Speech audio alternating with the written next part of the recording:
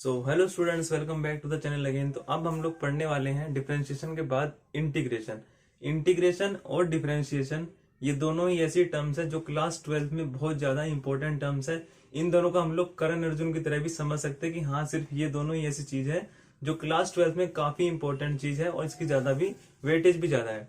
अब डिफरेंशिएशन और इंटीग्रेशन में बहुत बच्चे कंफ्यूज होते हैं, हम लोग एक एक करके देखते हैं। डिफरेंशिएशन हम लोग पढ़ चुके हैं। डिफरेंशिएशन क्या होता है कि किसी भी टर्म का, जैसे हम लोग एक ग्राफ बनाए, कुछ इस तरीके से ग्राफ बना दिया। अब इस ग्राफ का हमारे पास इक्वेशन है जैसे एक्स स्क्वायर। एक्स स्क्वायर का डिफरेंशिएशन करना मतलब एक्स स्क्वायर का एक छोटे से छोटा टर्म निकालना, मतलब एक dx निकालना। dx मतलब एक छोटी सी डिस्टेंस मान सकते हैं इसी ग्राफ में, इसको हम लोग dx कह सकते हैं। तो मतलब एक ग्राफ में या एक कर्व का सबसे छोटा डिस्टेंस ही dx होता है और वही उसका डिफरेंशिएशन होता है। मतलब क्या कहना का हुआ कि किसी भी ग्राफ का या किसी भी कर्व का सबसे छोटा सा पार्ट निकाल लो, वो डिफरेंशिएशन होता है। इंटीग्रेशन क्या होता है? इंटीग्रेशन इसका जस्ट ऑपोजिट होता है। उसी छोटे पार्ट को हम लोग एक बड़ा पार्ट बना दे, मतलब एक dx हमारे पास सिर्फ इतना है, इसको हम लोग इंटीग्रेट कर देंगे, मतलब एक ये पूरा एक कर्व बन जाएगा जो हमारे पास होगा एक्स स्क्वायर का। तो यहां तक समझ में आ गया। मतलब डिफरेंशिएशन मतलब उस चीज, किसी भी चीज को कट करके एक सबसे छोटा पार्ट निकालना, एंड इंटीग्रेशन का मतलब उसी छोटे पार्ट को एक बड़े पार्ट में कन्वर्ट कर देना। अगर फंक्शन की बात करें तो जैसे मैं फंक्शन एक्स स्क्वायर लू, इसका मैं इंटीग्रेशन डिफरेंशिएशन निकालूं, तो एक्स स्क्वायर का डिफरेंशिएशन होता है कितना? 2x। अब इससे पहले अगर आप लोगों ने डिफरेंशिएशन नहीं पढ़ा तो इससे पिछली वीडियो डिफरेंशिएशन की वीडियो है, एक ही वीडियो में मैंने सब कुछ कवर करने की कोशिश करी है। आप लोग उसको देख के फिर इसको देखना, क्योंकि जब ही आपको समझ में आएगा। तो डिफरेंशिएशन कितना आ गया? 2x आ गया। और अगर मैं कहूं इंटीग्रेशन निकालने का, अगर मैं 2x का इंटीग्रेशन निकालूं, इंटीग्रेशन का साइन ऐसे होता है। इंटीग्रेशन अगर मैं निकालूं 2x का, तो वो आना चाहिए, कितना आना चाहिए? वो आना चाहिए एक्स स्क्वायर। जब भी तो ये बात प्रूव होगी कि एक्स स्क्वायर का डिफरेंशिएशन अगर ये आ रहा है, 2x आ रहा है, तो 2x का इंटीग्रेशन एक्स स्क्वायर आना चाहिए। तभी तो ये बात बनेगी कि उसी पार्ट को बड़ा पार्ट बना दिया तो वो पूरा कर्व बन गया, जो मैंने स्टार्टिंग में बताया था। अब डिफरेंशिएशन जो मैंने बताया डेफिनेशन में, अब डिफरेंशिएशन कितने टाइप्स के होते हैं? 2 टाइप्स के होते हैं। कितने टाइप के? सॉरी, इंटीग्रेशन 2 टाइप्स के होते हैं। कौन कौन से? एक होता है हमारे पास इनडेफिनेट, एक होता है हमारे पास डेफिनेट। अब ये सब क्या है? इनडेफिनेट डेफिनेट कहां से आ गया? उससे पहले अगर मैं एक बात बताऊं, कि एक कर्व ही लेके बताऊं, कि अगर मैं कहूं कि इसमें dx तो है, मान लेते हैं, उस dx का इंटीग्रेट करो, मतलब उसको एक बड़े ग्राफ में या बड़े कर्व में कन्वर्ट करके बताओ कि इसकी इक्वेशन क्या होगी। साथ में मैं कह दूं कि इसका इंटीग्रेशन तो करो, लेकिन इस बाउंड्री के बीच में करो, ए से बी की बाउंड्री के बीच में करो। मतलब मैंने एक बाउंड्रेशन दे दी कि ए से बी के बीच में ही करो, तो वहां पे हो गया डेफिनेट इंटीग्रेशन, जहां पे हमारे पास बाउंड्री आ जाती है। उसको हम लोग डिनोट करते हैं नीचे वाली लिमिट में ए, ऊपर वाली लिमिट बी, एंड जो फंक्शन होगा एफ एक्स, उसका इंटीग्रेशन कर रहे होंगे। अगर इंडेफिनेट की बात करूं तो उसमें हमारे पास सिंपल क्या होता है? उसमें हमारे पास सिंपल होता है सिंपल एफ एक्स, जहां पे कोई लिमिट नहीं रहती, सीधा एफ एक्स को dx को सीधा इंटीग्रेट करना होता है। अब यहाँ पे एक और चीज आती है, इसका जो मेन फॉर्मूला होता है इंटीग्रेशन का, अगर x की पावर n है हमारे पास, जो कि सबसे बेसिक फॉर्मूला है, इसका फॉर्मूला होता है इंटीग्रेशन का x की power n+1 divide by n+1 and plus में c। अब ये c का मतलब होता है कांस्टेंट, एंड ये बहुत ही ज्यादा इंपॉर्टेंट चीज है पूरे चैप्टर में। आप लोग देखोगे c को हम लोग अलग अलग तरीके से पढ़ेंगे, c कैसे, कितने, क्या क्या हो सकता है हमारे पास। इसको हम लोग क्या कहेंगे? कांस्टेंट कहेंगे। उसके बाद ये फॉर्मूला होगा, जैसे हमारे पास अगर एक्स क्यूब हमारे पास है, उसका इंटीग्रेशन करना है, तो एक्स की पावर n, मतलब इंटीग्रेशन क्या होगा? एक्स की पावर n+1 डिवाइड बाय 3+1, ऊपर भी n+1 में, नीचे भी n+1 ही है, तो x की पावर 4 डिवाइड बाय 4। सिंपल, इतना आसान है हमारे पास इंटीग्रेशन का फॉर्मूला। उसके बाद मैंने यहाँ जो कांस्टेंट लगाया है, इसको ध्यान से देखना आप लोग। अगर मैं यही कांस्टेंट की बात करूं कि इनडेफिनेट इंटीग्रेशन में, तो इनडेफिनेट इंटीग्रेशन में इंटीग्रेशन करने के बाद जो आएगा आंसर, उसको मैं कैपिटल F से लिखता हूं और प्लस में C लग जाता है, जो कि मैंने अभी जस्ट अभी बताया। और यही चीज अगर मैं डेफिनेट के साथ लगाना चाहूं तो वो नहीं लगेगी, क्योंकि वहां पे कांस्टेंट का सिस्टम नहीं आता। तो एफ एक्स सिंपल ये आ जाएगा। कांस्टेंट नहीं आएगा बल्कि एफएक्स भी नहीं आएगा। डेफिनेट इंटीग्रल में या डेफिनेट इंटीग्रेशन में लास्ट में जो आंसर आता है वो कोई नंबर की फॉर्म में आता है, या मतलब एक्स की फॉर्म में नहीं आता है, क्योंकि यहाँ पे upper limit and lower limit लग जाती है, इसलिए यहाँ पे लास्ट में कोई ना कोई नंबर आएगा, 2 3 4 5 ऐसा कुछ नंबर आएगा। अगर इंडेफिनिट की बात करें तो वहां पे एक्स की फॉर्म में हमारे पास पूरा आंसर आता है। तो इतना था हमारे पास इंट्रोडक्शन। बाकी हम लोग आगे थोड़ा सा बढ़ते हैं, कॉन्स्टेंट के बारे में थोड़ी सी जानकारी लेते हैं। तो भाई अभी तक हमने ये समझा है कि हाँ, इंटीग्रेशन करते टाइम एक कांस्टेंट लग जाता है, लेकिन वो कांस्टेंट कहाँ से आया, उसका ओरिजिन क्या है, हम लोग ये समझते हैं एक एग्जाम्पल को लेके। जैसे मेरे पास दो एग्जाम्पल्स है, एक है एक्स स्क्वायर एंड एक है एक्स स्क्वायर प्लस 1, और मैं कहूं कि दोनों का आप लोग को डिफ्रेंशिएशन करना है। याद रखना डिफ्रेंशिएशन जो हमने पहले पढ़ रखा है, डिफ्रेंशिएशन करना है। तो डिफ्रेंशिएशन एक्स स्क्वायर का हमारे पास क्या होगा, डिफ्रेंशिएशन ऑफ एक्स स्क्वायर क्या होगा हमारे पास, सिंपल एक्स स्क्वायर का क्या होता है 2x होता है। अगर यही सेम मैं डिफ्रेंशिएशन करने की बात करूं एक्स स्क्वायर प्लस 1 की, तो differentiation of x square plus 1 क्या होगा, differentiation of x square plus में डिफ्रेंशिएशन ऑफ 1, इसका होगा 2x एंड इसका होगा 0, तो आंसर कितना आएगा 2x आंसर आएगा। और अगर मैं आपको बताऊं कि ये इसका आंसर डिफरेंशिएशन का एंड इसका आंसर डिफरेंशिएशन का दोनों का सेम आ रहा है कि 2x आ रहा है, लेकिन क्वेश्चन अलग अलग है, वहां पे +1 है एंड यहाँ पे एक्स स्क्वायर है। अब मैंने डिफरेंशिएशन कर दिया, आंसर आया 2x। तो इंटीग्रेशन का मतलब क्या हुआ कि अगर मैं 2x का इंटीग्रेशन करूं तो मेरा क्वेश्चन वापस आना चाहिए, तभी तो इंटीग्रेशन का मतलब हुआ कि डिफरेंशिएशन को मैंने दोबारा से इंटीग्रेशन कर दिया तो आंसर वही आ गया। तो अगर मैं 2x का दोबारा से इंटीग्रेशन करूं तो आंसर एक्स स्क्वायर आना चाहिए, तो करके देख लेते हैं। तो हमारे पास 2 आ गया बाहर, अब हमारे पास इंटीग्रेशन बच गया x का। अब x की पावर 1 है तो पीछे हमने फॉर्मूला भी पढ़ा था, x की पावर 1 + 1 डिवाइड बाय 1 + 1, तो कितना आ गया हमारे पास 2 × एक्स स्क्वायर बाय 2, 2 से 2 कट गया, आंसर आ गया एक्स स्क्वायर। मतलब यहां तक तो ठीक है भाई, मैंने डिफरेंशिएशन करा, उसको मैंने दोबारा से इंटीग्रेशन करा तो आंसर सेम आ गया, वही क्वेश्चन ही आंसर आ गया। अगर मैं इस केस में बात करूं तो 2x का करूंगा तो कितना आएगा इंटीग्रेशन ऑफ 2x, मैंने पीछे किया, यहाँ पे कितना आ रहा है एक्स स्क्वायर आ रहा है, तो यहाँ पे कंडीशन फंस गई। इंटीग्रेशन करने के बाद आ रहा है एक्स स्क्वायर, लेकिन हमने क्वेश्चन में लिया था एक्स स्क्वायर प्लस 1, यही इसीलिए हम लोग एक कांस्टेंट लगाते हैं। मान लेते हैं अगर हम रूल के हिसाब से चलें तो इंटीग्रेशन करने के बाद एक कांस्टेंट लगना चाहिए, तो एक्स स्क्वायर प्लस c लगना चाहिए, और यहाँ पे c की वैल्यू कुछ भी हो सकती है, चाहे 0 भी हो सकती है जो कि पीछे हमने पढ़ा, चाहे 1 भी हो सकती है जो कि हम इस केस में पढ़ रहे हैं। तो एक्स स्क्वायर प्लस 1 हो गया जब हमारा क्वेश्चन बन गया। तो यही हमारे पास होता है कि इसीलिए हमारे पास कांस्टेंट लगाना जरूरी रहता है इंटीग्रेशन में, जब भी हमारे पास सही से हम इंटीग्रेशन कर पाते हैं।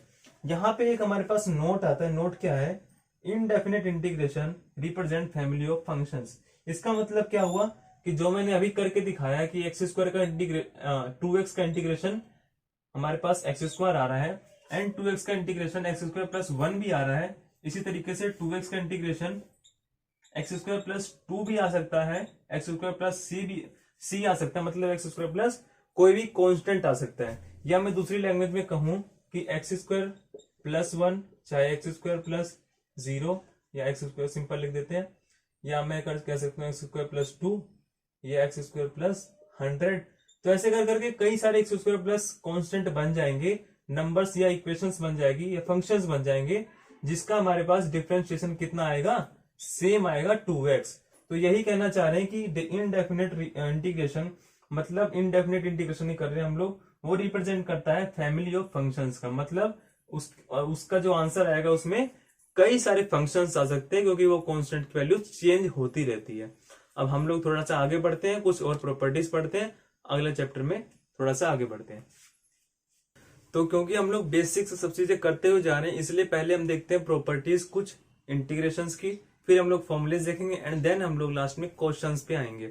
तो प्रॉपर्टीज में हमारे पास कैसी कैसी प्रॉपर्टीज है, जैसे पहली प्रॉपर्टी है, अगर कोई फंक्शन है, जैसे एक फंक्शन मान लेते हैं, कोई फंक्शन मानते हैं हम x³ मान लेते हैं, तो उस फंक्शन का डिफरेंशिएशन करने के बाद दोबारा से अगर इंटीग्रेशन किया जाए तो फंक्शन अगेन वो ही आ जाता है।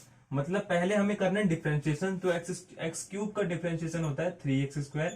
अब ये कह रहे हैं कि 3x² का दोबारा से हम इंटीग्रेशन करें, दोबारा से इंटीग्रेशन करें तो हमारे पास दोबारा से वही फंक्शन आना चाहिए। 3 आगे बाहर, x⁻2+1 अपॉन में 2+1 कितना आ गया 3 into x cube divide by 3, 3 से 3 कट गया, आंसर आ गया x³।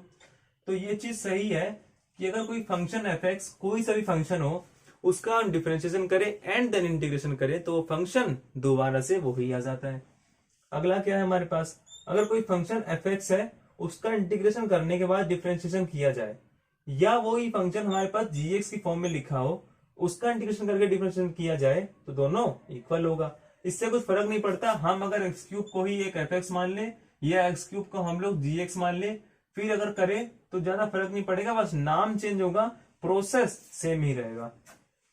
अगला क्या है, अगर f(x) प्लस gx है, उन दोनों का इंटीग्रेशन करना है, तो यहाँ प्लस हो चाहे माइनस हो दोनों बट जाते हैं और दोनों अलग अलग हो जाते हैं। अगर अंदर में k मल्टीप्लाई है, कांस्टेंट से मल्टीप्लाई किया गया है, तो वो कांस्टेंट आ जाएगा बाहर और हमारे पास वो इंटीग्रेशन का पार्ट अंदर का अंदर ही रह जाएगा। सिंपल से सिंपल हमारे पास प्रॉपर्टीज है, कुछ फॉर्मुलेज भी हम लोग देखते हैं, फिर डायरेक्टली हम लोग बढ़ेंगे क्वेश्चंस पे एंड एक एक करके सारे क्वेश्चन, सारे इंपोर्टेंट क्वेश्चन हम लोग सोल्व करते हुए चलेंगे। तो भाई अब आता है हमारे पास सबसे मेन पार्ट जिससे हम लोग क्वेश्चन सोल्व करेंगे, मतलब फॉर्मुलेज। फॉर्मुलेज को याद करने के लिए आप लोग को सबसे पहले डिफरेंशिएशन पढ़ना होगा। डिफरेंशिएशन के सारे फॉर्मुलेज आपको रटे हुए रहने चाहिए, जब भी आपको समझ में आएंगे। इसको आपको सिर्फ ध्यान से देखना है, बाकी लर्न आप लोगों ने अगर डिफरेंशिएशन में कर रखा है तो ये आपको समझ में आसानी से आ जाएंगे। पहला हमारे पास सिंपल जो हमने पहले पढ़ चुके हैं, x⁻n का अगर इंटीग्रेशन किया जाए तो x⁻n+1 divide by n+1, plus में कांस्टेंट तो हमेशा साथ में ही चलेगा। अगर ट्रिग्नोमेट्री के कुछ रेशियोज की बात करूं तो cos x का होता है sin x का होता है माइनस cos x, sec² का tan x एंड cos² का माइनस cot x। अब इतना आसानी से तो बता दिया, लेकिन इसको कोई ट्रिक भी बताओ। आपको याद करना है एकदम बैक साइड से। अगर sin x का डिफरेंशिएशन किया जाए तो वो कितना आएगा, cos x आएगा। cos x का किया जाए तो आएगा माइनस sin x, लेकिन यहाँ माइनस नहीं लगा सकते इसलिए माइनस यहाँ लगा दिया। tan x का डिफरेंशिएशन होता है sec²x, इसलिए sec²x का इंटीग्रेशन करेंगे आएगा tan x। इसी तरीके से ये भी cot x का होता है माइनस cosec²x, माइनस इधर नहीं इधर लगा दिया, आगे कितना माइनस cot x। इसी तरीके से कुछ हमारे पास log के और एक्सपोनेंशियल के फंक्शंस हैं। अब e⁻x का डिफरेंशिएशन अगर e⁻x होता है तो e⁻x का इंटीग्रेशन भी e⁻x ही होगा, तो पहले यही कहता है। अगला 1/x का होता है log x, क्योंकि log x का डिफरेंशिएशन होता है 1/x। एकदम आपको उल्टा समझते हुए चलना है।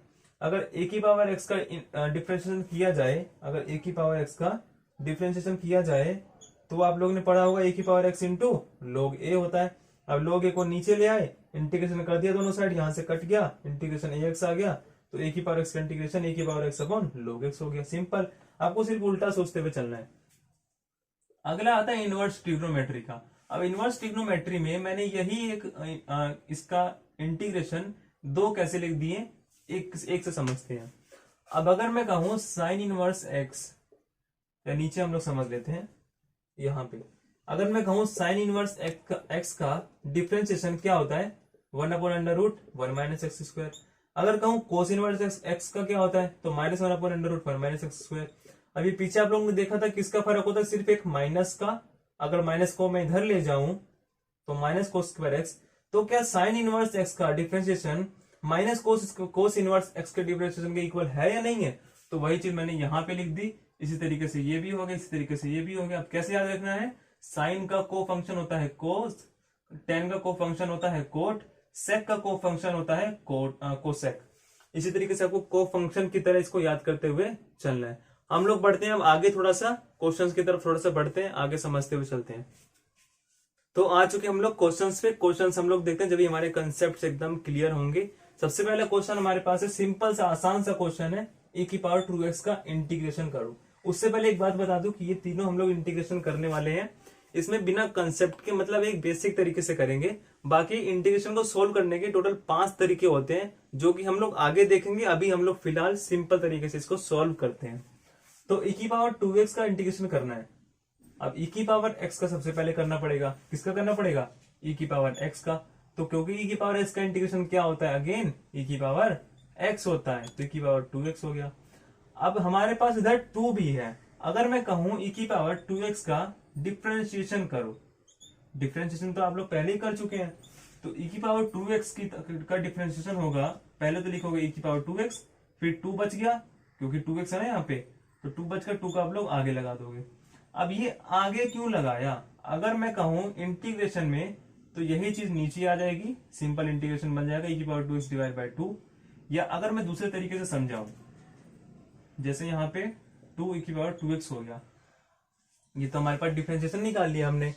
और अगर मैं कहूं कि यही हम लोग 2 को हम लोग नीचे ले आए, तो मतलब 1/2 हो गया, एंड हमारे पास यहाँ पे होगा डिफरेंशिएशन ऑफ e की पावर 2x, यहाँ पे आ गया e की पावर 2x। अब मैं कहूँ दोनों साइड आप इंटीग्रेट कर दो, तो क्योंकि कांस्टेंट तो बाहर आ गया एंड दोनों साइड इंटीग्रेट हो गया, इंटीग्रेशन एंड डिफरेंशिएशन आपस में कट गया क्योंकि दोनों एक साथ आ रहा है, तो 1/2 e की power 2x equals to integration of e की पावर 2x। तो मैं यही चीज कहना चाह रहा हूँ कि डिफरेंशिएशन में जो आप कांस्टेंट को साथ में मल्टीप्लाई करते थे, इंटीग्रेशन में आपको क्या करना है, वही कांस्टेंट को नीचे डिवाइड कर देना, इतना सिंपल सा काम करना है। तो e की पावर 2x तो आ ही गया, डिवाइड कर दिया किससे, कांस्टेंट से 2 से, एंड प्लस में c लिख दिया, सिंपल सा आंसर सॉल्व हो गया हमारे पास। अगला है x³ minus x² plus x minus 1 upon में x माइनस 1। थोड़ा सा लग रहा है कैसा, ये अजीब सा थोड़ा टफ क्वेश्चन लग रहा है, लेकिन आप लोग ध्यान से देखो कि काफी इजी क्वेश्चन है ये।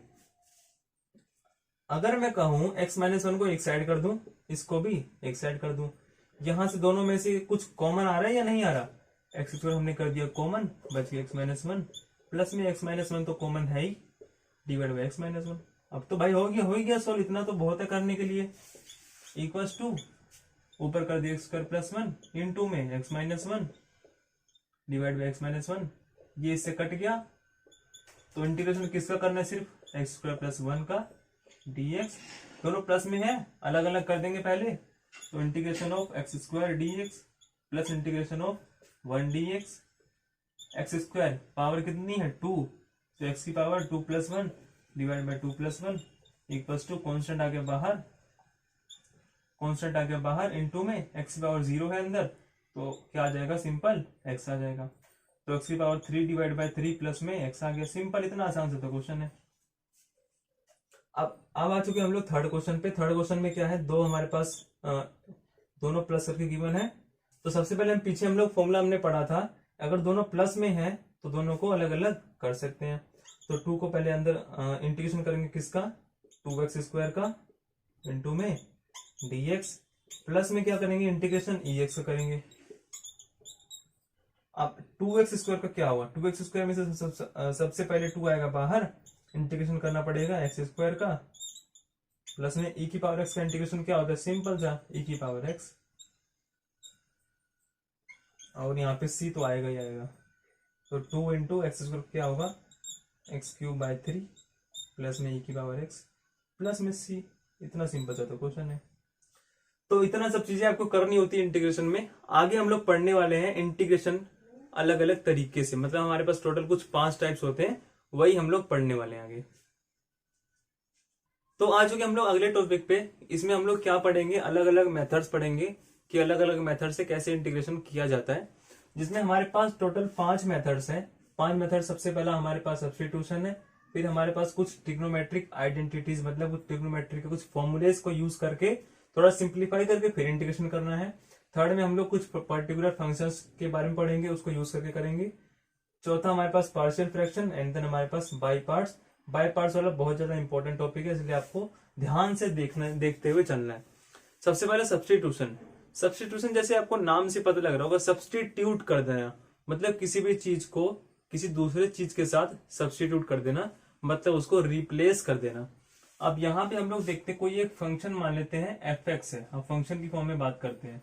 फंक्शन मान लेते हैं fx है, उस फंक्शन में जहां जहां fx है, मान लेते हैं इसका इंटीग्रेशन निकालना है, fx इंटू dx निकालना है, तो जहां जहां x है वहां वहां अगर उसको सिंप्लीफाई किया जा सके तो उस x को हम एक और क्वांटिटी लेट कर लेते हैं, क्या, एक दूसरा फंक्शन ft।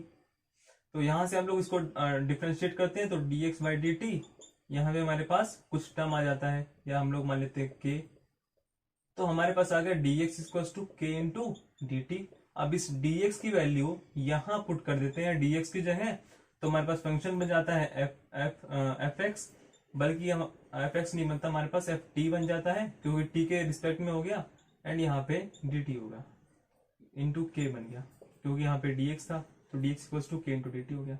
अब मेरे को समझ में आ रहा है कि हाँ आपको यहाँ पे कुछ थोड़ा सा कॉम्प्लेक्स लग रहा होगा, बिना क्वेश्चन के तो समझ में आएगा नहीं। सबसे पहले क्वेश्चन लेते हैं हम लोग, कौन सा, कि साइन एम एक्स, इसका हमें इंटीग्रेशन करना है। अब ये दिखने से तो काफी आसान लग रहा है, अगर यहाँ पे साइन एक्स होता तब तो हम कर देते आसानी से, लेकिन यहाँ पे क्या है, साइन एम एक्स है। तो मैं यही कह रहा हूं कि यहाँ पे हम एम एक्स को कोई एक और क्वांटिटी टी ऐड कर लेंगे, एंड यहाँ पे हम डेरिवेटिव करेंगे किसके रिस्पेक्ट में, टी के रिस्पेक्ट में। तो m क्योंकि कांस्टेंट आ गया बाहर, यहाँ बच गया dx by D T equal कितना आ गया 1 के। तो dx की वैल्यू निकाल लेनी है 1/m इंटू में dt। तो यहां तक समझ में आ गया होगा आप लोग को कि dx की वैल्यू निकाल लेनी है, किसी भी कांस्टेंट को एक तीसरा कांस्टेंट मान के dx की वैल्यू निकाल लेनी है। अब दोबारा से क्वेश्चन पे आते हैं, तो क्वेश्चन में साइन mx था, तो यहाँ पे क्या कर देंगे साइन, अब हमने mx को क्या माना है, t माना है, तो साइन t मान लिया, एंड यहाँ पे dx की वैल्यू क्या निकली है, इंटू में 1/m इंटू में dt। m है कांस्टेंट, m आ जाएगा बाहर, तो 1/m आ गया। इंटीग्रेशन किसका करना है, अब साइन t का करना है, किसके रिस्पेक्ट में, t के रिस्पेक्ट में, तो काफी सिंपल बन गया। तो साइन t का इंटीग्रेशन क्या होता है हमारे पास, साइन t का इंटीग्रेशन क्या होता है, cos t। हमारे पास क्या होता है, cos t, हाँ यस माइनस cos t होता है, तो minus cos t divide by m हो गया, प्लस में c, कांस्टेंट कभी नहीं भूलना। यहाँ पे t की वैल्यू हम लोग पुट भी कर सकते हैं mx, तो यहाँ पे आपको t की वैल्यू mx पुट कर देनी है, आ गया आपका सिंपल सा आंसर। एक और क्वेश्चन अगर हम लोग देखें इसी से रिलेटेड, तो हमारे पास जैसे 2x upon 1 plus x square है। अब ये भी देखने से तो काफी सिंपल लग रहा है, लेकिन ये भी बिना सब्स्टिट्यूशन को यूज किए क्वेश्चन सॉल्व नहीं होने वाला। हम लोग क्या करेंगे इस क्वेश्चन में, नीचे वाले चीज को t मान लेंगे। इसी तरीके से आपको सब्स्टिट्यूशन यूज करना है कि हाँ जहां पे वो आपको थोड़ा सिंप्लीफाई हो सके उस क्वांटिटी को t मान लेनी है। एंड अगर आप लोग को अभी तक ये समझ में नहीं आ रहा कि किस क्वांटिटी को t मानेंगे एंड किसको नहीं मानेंगे, तो वो आपको प्रैक्टिस के साथ में आ जाएगा। तो 1/1 प्लस एक्स को मैंने t मान लिया, इसको करना डिफरेंशिएट, इधर आएगा 2x dx, इधर आएगा dt, तो dx कितना आ गया 1/2x इंटू में dt, सिंपल। अब क्वेश्चन पे आते हैं दोबारा से, तो हमारे पास ऊपर कितना था 2x था, नीचे कितना बन गया t बन गया, क्योंकि हमने इसको t मान लिया, इंटू में dx की वैल्यू कितनी है 1/2x into dt into dt। अब साफ साफ दिख रहा है 2x से कट रहा है, आंसर कितना आ रहा है 1/t इंटीग्रेशन dt। लेकिन आंसर अभी भी नहीं आया। इंटीग्रेशन 1/x का क्या होता है, पीछे मैंने बताया था log x, प्लस में कांस्टेंट तो हमेशा लगाना ही लगाना है। अब t की वैल्यू आप लोग पुट कर सकते हैं, तो आ गया कितना log t कितना है 1 plus x square and plus में c। तो इतना सिंपल था आपको सब्स्टिट्यूशन से करने के लिए। बस क्या करना है, वहां पे कोई एक नॉर्मल सी क्वांटिटी या जो टफ लग रही है उसको आपको x या कोई t मान के चलना है, उसका डिफरेंशिएट करके dx की वैल्यू क्वेश्चन में दोबारा से पुट कर देनी है, तो वहां से आपका आंसर आ जाएगा। हम लोग बढ़ते हैं अब दूसरे वाले टाइप पे, जो कि हमारा कौन सा है, ट्रिग्नोमेट्रिक आइडेंटिटीज। अब आगे बढ़ने से पहले हमारे पास कुछ फॉर्मूलेज आते हैं, उसे हम लोग देख लेते हैं, फिर हम आगे अगले टॉपिक बढ़ेंगे, अगले मेथड पे बढ़ेंगे जो कि हमारे ट्रिग्नोमेट्रिक आइडेंटिटीज वाला है। इससे पहले हमारे पास कुछ 6 फॉर्मूलेज आते हैं। पीछे हमने पढ़ा था इन दोनों का तो काफी सिंपल है, साइन एक्स का क्या होता है minus cos x and cos x का साइन एक्स। लेकिन बाकी के ट्रिग्नोमेट्रिक रेशियोज के कुछ इस तरीके से होते हैं जहां पे उसका log लग जाता है। तो क्योंकि tan x का हमारे पास log sec x होता है, इसको हम लोग एक और तरीके से लिखते हैं log माइनस लगा के, minus log cos x and plus में c। इन दोनों की एक ट्रिक है, ट्रिक मैं बताता हूँ ट्रिक क्या है, कि क्योंकि आप लोग को ये देखना है tan x का कर रहे हो या cot x का कर रहे हो, तो tan x में नीचे क्या आता है, tan x में नीचे क्या आता है cos x, तो यहाँ पे minus cos x plus log cos x plus c कर देना। अगर यहाँ पे cot x आ रहा है तो cot x में क्या होता है cos x upon sin x, नीचे क्या आता है sin x, तो यहाँ पे करना है log sin x plus c। तो ये तो इन दोनों की एक ट्रिक हो गई, जो कि आपको थोड़ी रिमेम्बरेबल ट्रिक हो गई। ये सब आपको क्योंकि फॉर्मुलेस तो हमेशा रट के ही चलने हैं। sec x का क्या होता है log sec x plus tan x, ये तो काफी सिंपल है। sec x का आपने डेरिवेटिव भी सीखा था, क्या होता है sec x का, sec x into tan x होता है, लेकिन यहाँ पे क्या लग गया, यहाँ प्लस लग गया। cosec x का क्या होता है cosec x minus cot x log में। अब cosec x का डेरिवेटिव था minus cosec x cot x, तो माइनस यहाँ बीच में लग चुका और बाहर एक log आ गया। तो ये कुछ ट्रिक्स थी इन सबको याद करने की, आप लोग को एक फॉर्मूले अच्छी तरीके से याद करके वो चलने हैं, जब भी आप आगे क्वेश्चंस को सॉल्व कर पाएंगे। तो यहाँ तक था हमारा पार्ट 1। आगे के हम लोग ट्रिग्नोमेट्रिक आइडेंटिटीज के से लेकर बाई पार्ट्स तक हम लोग सारे बाकी पार्ट्स पार्ट 2 में करेंगे। तो आप लोग पार्ट 2 देख सकते हैं पूरे चैप्टर को अच्छी तरीके से समझने के लिए। So thank you so much for watching this video and जय हिंद। आप लोग पार्ट 2 आगे देख सकते हैं।